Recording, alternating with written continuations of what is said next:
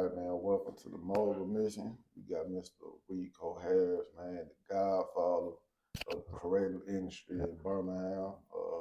On that iPush, man, and he's done a lot of other great things, man. Thank you for coming on the platform. Hey, appreciate you, man. When you hit me up, I was most definitely with it, man. So I appreciate it. I've been watching some of the other interviews, learning stuff from people, man.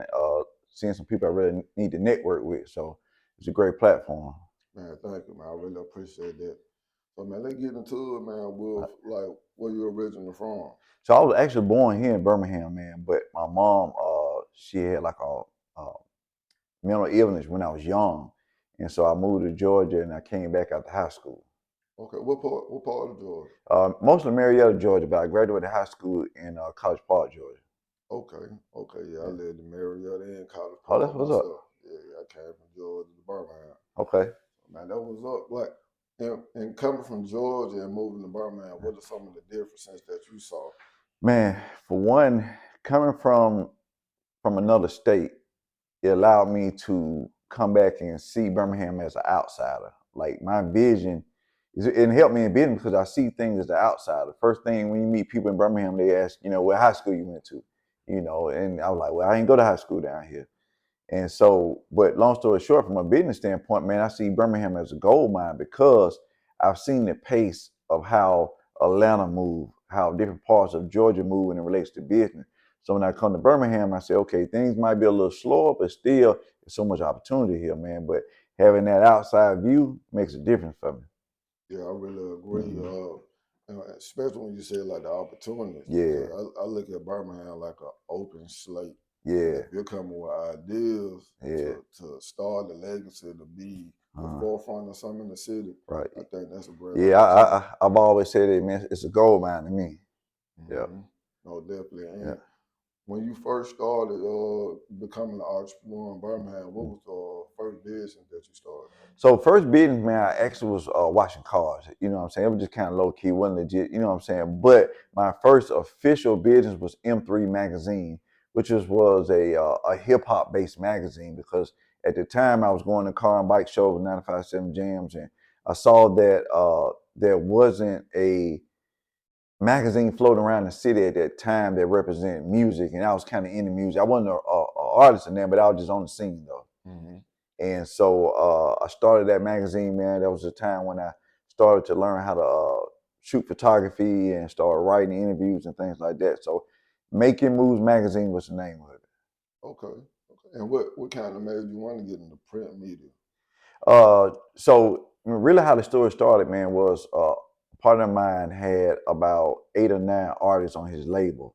And we went to the car and bike show, and because I always would put my cars in there. Like, I won a couple awards back in the day for rim and stuff. So I put my cars in there. And he was like, man, I want to get my artists in there. So we got to the right people at 95.7. And, but it would only let one artist perform. But my man had like 8 or 9 on his label. And so at the time, people were passing out flyers, but all the flyers be on the ground and stuff. So I was like, man, I'm finna create a booklet or something. We can put everybody in there and we can showcase everybody at one time. And when I did that, God just gave me the vision, like, man, you need to create a magazine. So that's how I kind of got in the magazine. Okay. And was that the point where they kind of transition into iPush? So it wasn't a smooth transition. So I did M3 magazine for years. And so what happened was, man, I was so green and didn't know anything about entrepreneurship. I didn't know how to get advertisement. I wasn't even smart enough at that time to really even go and learn how to print a magazine. I just had this vision I was going to do it. So luckily Facebook came out. So Facebook was really the actual magazine. So, but I dumped a lot of money into that, man. Like I dang near went bankrupt trying to fund a business I didn't know how to do. And so I got to the end of my wits when I was like, man, I can't do it no more. And so I quit. I gave up the magazine and prayed on it. And the very next day, God gave me the idea to do iPush magazine. And with iPush, I was just, when I woke up, I was just kind of looking through different magazines to get inspiration. And I was able to put these words together, I and the push from just reading other things. And God said, turn this magazine into a business magazine versus a hip hop magazine. That made the world of a difference in my life, like overnight. World hmm of a difference. Yes, creating a platform Mm. for, I say, business owners, business professionals. I think that's a great way to even expand your network to learn some of the things that you might not know because of the Exactly. insight they might have. Right. So, when you're starting the magazine, when did you kind of break down the different revenue streams you create with a magazine? So starting out, man, and this is the crazy thing about Google because I didn't finish college, but I learned majority of everything off YouTube and Google. And I used to read how people on Google would say, don't do print advertisements, a dinosaur is dying, ain't no money in it. But I ignored all that because the passion was just driving me. But I learned how to create multiple streams of income because when when money kind of get dry, you get creative. You know, I started seeing kind of some dead ends with print. And it was like, man, I gotta pivot because I built up an audience, a community of followers with the magazine. So all I had to do was figure out how to transition. So the first thing that came out, probably the first string of income was doing events, fashion shows. I've done music events, I've done food events, business related events. So that was the first stream of income. And when I saw that, whatever the second stream that came out of print, when I saw that come, I knew that it wasn't about the magazine anymore. It was about the community of people I've been able to build over the years that really mattered that came from that magazine. Mhm. Yeah, Mhm. cause to be honest, like even when I was in Atlanta, I had to follow you a lot Mhm. because I was like, before I got here, I needed to know who was who. Mhm. And one of the biggest things that I saw was like y'all really like what you just said about the community, the support that you had, but you are always kind of creating opportunities for other people through like your events or your food festival. I learned a lot about a lot of the people from the events That's what's that you up. were creating, most That's what's up. definitely. So when it came to outputs, and how long have you been doing it? I push now. I want to say it correctly. Maybe 13 years now. Whoa, Yeah, okay, yeah, that's a lot of experience, and yeah. So yeah, I think I'm about 15, 16 years into entrepreneurship now. So yeah, 13 of I push. okay, Yeah. and what trajectory are you taking it now? Man, our push has already kind of morphed into a marketing, branding, advertising agency. So, you know, we hitting our goals because now we have clients where we do consulting, we manage their social media, we create content for them, we do bigger scale events.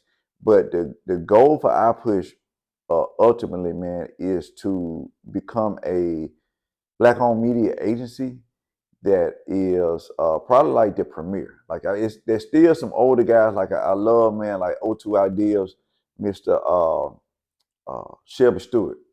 Yeah, he's a triple OG, man. He was one of the first black marketing people to get a contract with Coca-Cola. You Okay. know what I'm saying? Like people like him. I've sat down with Mr. Jesse Lewis that owned the Birmingham Times. Like them triple OGs Hmm. that got a legacy that's crazy in the city, man. So my goal is to continue to follow behind them and build a business to where I can have a high rise downtown or be in a high rise and really get to some of those bigger companies, man. So that's the trajectory right there. Okay, that's dope. Yeah, when it comes to content development or creation in 2024, Mm. how important do you think that is for businesses today? Man, it's almost more important than the money. You know, I hear the content. I mean, I hear the business owners say, "Well, you gotta have funding and funding." But what I'm watching, man, is the funding. The well run dry. A lot of times, you got all the infrastructure, you got the pretty building, you got everything, and the content is not driving the sales. You know what I'm saying, or wherever the product is to keep you getting that money coming in. So it's right there next to money. That's how important it is, bro. And most definitely, Yeah. and I feel I listen to Gary Vee a lot, Yeah. and Mhm. he was just talking about the wave of how content's going. Like you might have a doctor's office. But he'll even suggest like y'all should still try to create a podcast because Yep. I feel like today people shop with people they feel like they have a relationship with. Yeah. And with content, it's like we in our phone so much. If you see somebody long enough, sometimes you'll feel like you really know Yeah. them. What angles do you take when you talk to your client? Like, what would be one of the first things you want to assess to connect them to the proper content? Well, man, I'll tell anybody. content is communication. And the world started communication when God first created the world, he spoke it into existence.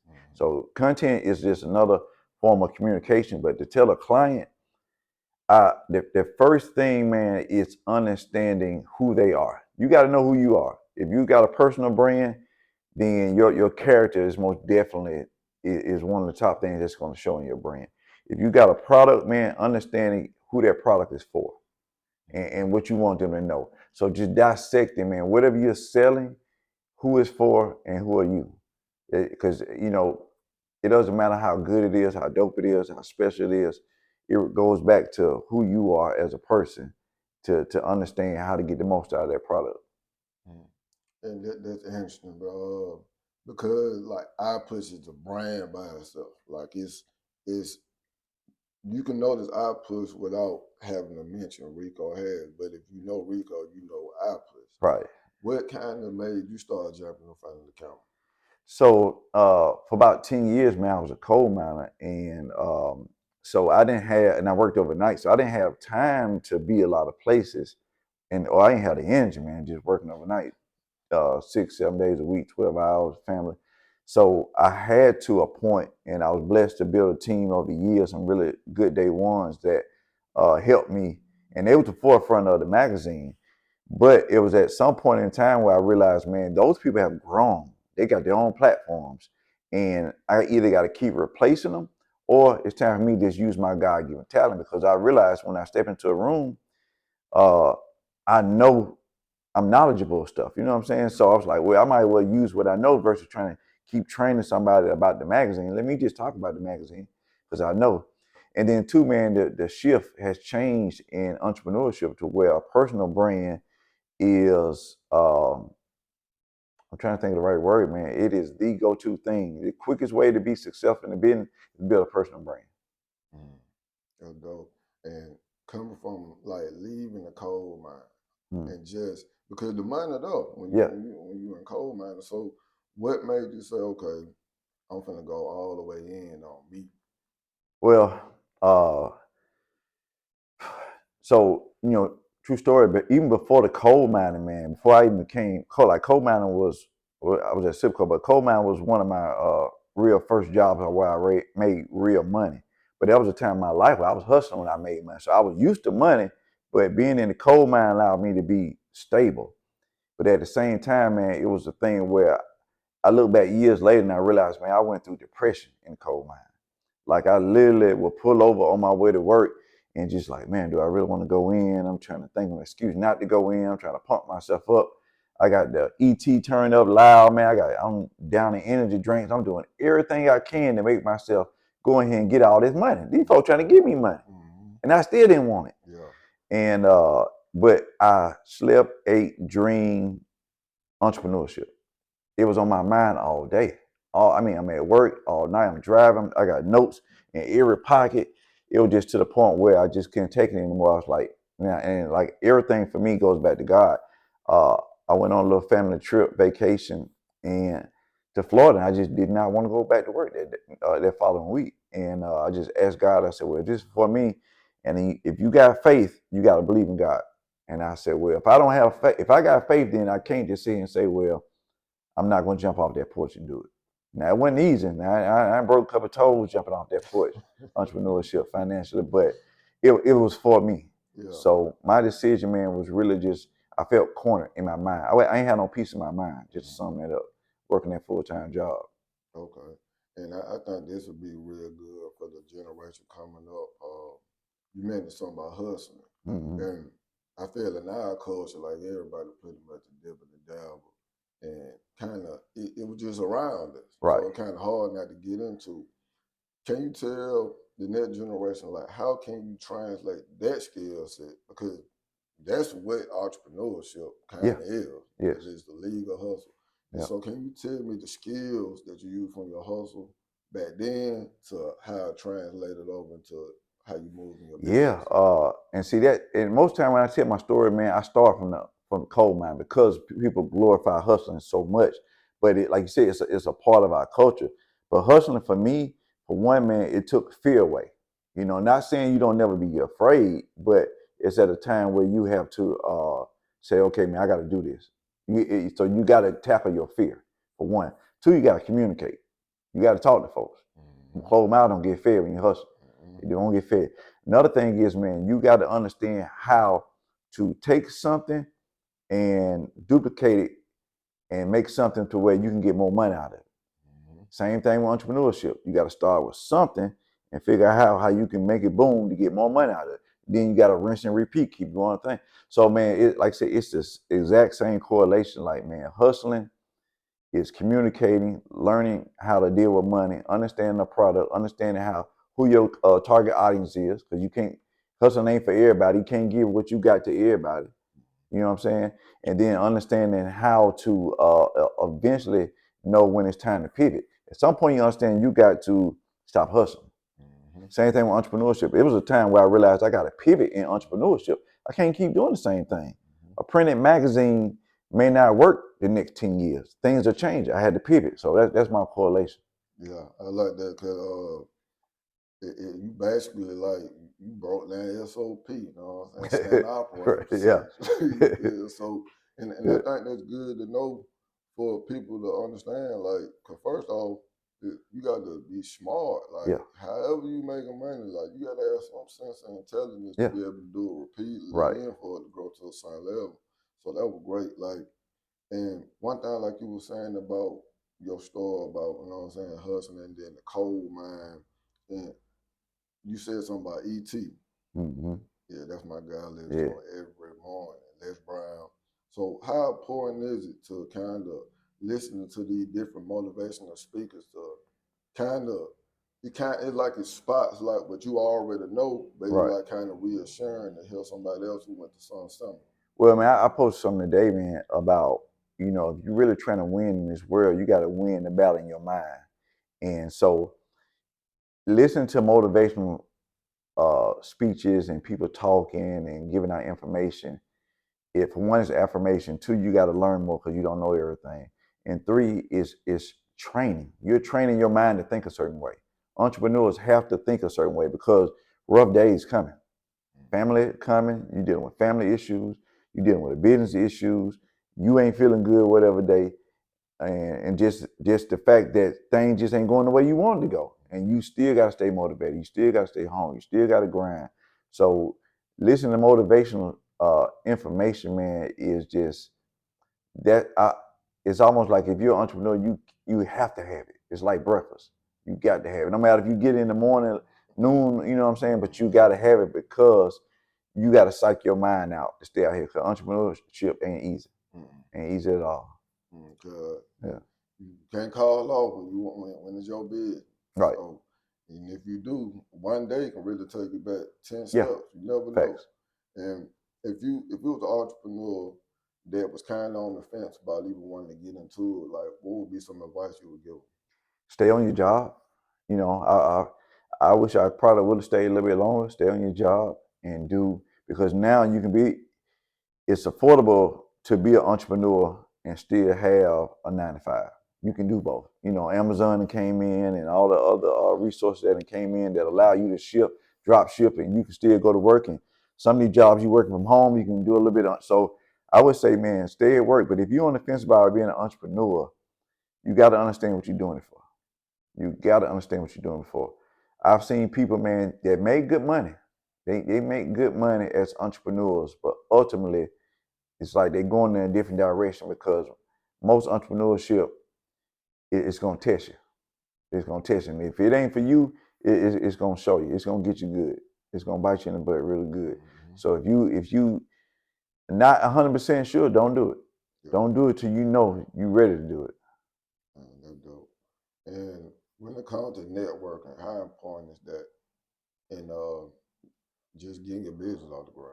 Man, I was the most horrible networker starting out, man. I come from the streets and in the cold where dudes don't really holler at other dudes that you don't know, and you know, you give them a nod and you really, you know what I'm saying, you really just don't go places until you start talking. And so I come from an area where I had to get out my own way. You know what I'm saying? I was in my own head, like trying to be too tough. And like when I enter into entrepreneurship, like man, all that crap go out the window.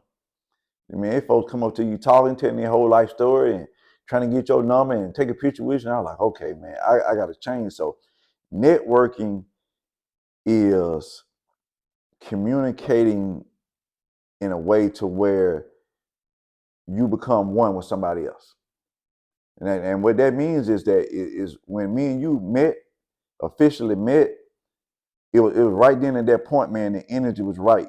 And we didn't get a chance to actually work together till a couple of years later, or even maybe even longer, I don't know. But that one networking opportunity that we was at, it created a pathway for us to come together. Yeah. So all the time networking don't mean you got to meet the next day or meet the next week. It can be a year later.